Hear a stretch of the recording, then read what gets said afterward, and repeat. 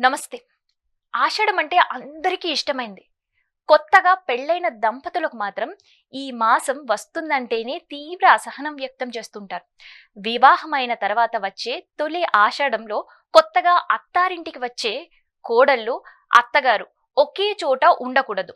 ఒకరికొకరు ఎదురు పడకూడదని చెప్తుంటారు. అంతేకాదు, సాగు పనుల్లో క్షణం తీరిక లేకుండా ఉంటారు. కాబట్టే కొత్త అల్లుడికి మర్యాద విషయంలో లోటు వస్తుందనే ఉద్దేశంతో కూడా ఎడబాటుగా ఉంచుతారు. ఆషాఢ మాసంలో కొత్త దంపతులు కలిసి ఉండరాదనే ఆచారాన్ని ఎందుకు పాటిస్తారు? దీనివల్ల కలిగే అనర్థాలు ఏంటి? అసలు కలిసి ఉంటే ఏమవుతుంది? ఆషాఢ మాసం కాదిది. నవదంపతులకు సరళ శృంగారాల, సురభిల సింగారాల, ప్రవిళ ప్రయాణాల, వియోగాల, విరహాల అరుడ మాసం అంటూ ఒక కవి దీనిని వర్ణించాడు. ఆషాఢ మాసంలో కొత్తగా పెళ్ళైన జంట ఎడబాటు తప్పదు. అత్త అల్లుడు ఎదురు పడకూడదు ఆచారం ఉంది. అందుకే ఆషాఢంలో కొత్త దంపతులు కలిసి ఉండకూడదు అంటుంటారు. దీని వెనుక కూడా ఒక అర్థం ఉంది. పూర్వకాలంలో వ్యవసాయమే జీవనాధారం. సంపాదన మాట అటుంచి తినడానికి కొన్ని గింజలు ఉండాలి. కొత్త వలుపుల మోజులో పడి జీవనాధారమైన వ్యవసాయాన్ని ఎక్కడ నిర్లక్ష్యం చేస్తారో అని ఈ నిబంధన పెట్టారు. అంతేకాదు, ఈ మాసంలో వాతావరణంలో చాలా మార్పులు చోటు చేసుకుంటాయి. చల్లని వాతావరణం వల్ల బ్యాక్టీరియా, వైరస్లు, అంటువ్యాధులు బాగా ప్రబులుతాయి.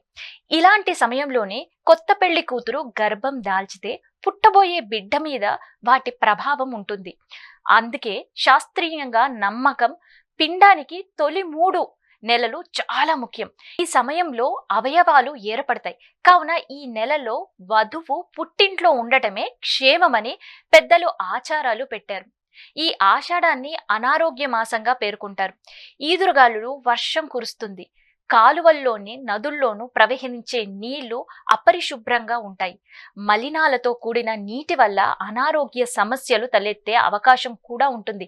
ఇవన్నీ గర్భిణి ఆరోగ్యంపై ప్రభావం చూపడంతో కడుపులోని పిండం కూడా అనారోగ్యం బారిన పడే పరిస్థితులు కనిపిస్తాయి. అలాగే ఆషాఢం తర్వాత వచ్చే శ్రావణ మాసంలో వ్రతాలు, నోములు జరుగుతాయి. ఈ నెలలో దాదాపు అన్ని మంచి రోజులు ఉంటాయి. ఈ శుభగడియలలో గర్భధారణ జరిగితే మంచిదని పెద్దలు నమ్మకం. జన్మించిన సమయం కన్నా గర్భధారణ సమయమే ముఖ్యమని పూర్వకాలంలో భావించారు. ఆషాఢ మాసంలో గర్భం దాల్చితే 9 నెలలు అంటే చైత్రానికి పూర్తవుతుంది. ఆ సమయంలో ఎండకు పుట్టిన పిల్లలు, బాలింతలు తట్టుకోలేరని ఈ నియమం పెట్టారు. అలాగే 1 నెల వియోగం తర్వాత కలుసుకుంటే అన్యోన్య దాంపత్యాన్ని పొందుతారు అని కూడా అంటారు. పూర్వకాలంలో కొత్తగా పెళ్లైన యువకులు 6 నెలల పాటు అత్తగారింట్లో ఉండే సాంప్రదాయం ఉండేది. కష్టపడి పని చేయవలసిన యువకులు అత్తవారింట్లో కూర్చుంటే వ్యవసాయ పనులు జరగవు. వర్షాధారంగా పంటలు పండించుకోవడం వల్ల సకాలంలో విత్తనాలు చల్లకపోతే సంవత్సరమంతా ఆకలితో మాడి పోవాల్సిందే. అందుకే కొత్త కోడలు పుట్టింట్లో ఉండాలి, అల్లుడు అత్తారింటి వైపు చూడకూడదు అనే నియమం పెట్టారు.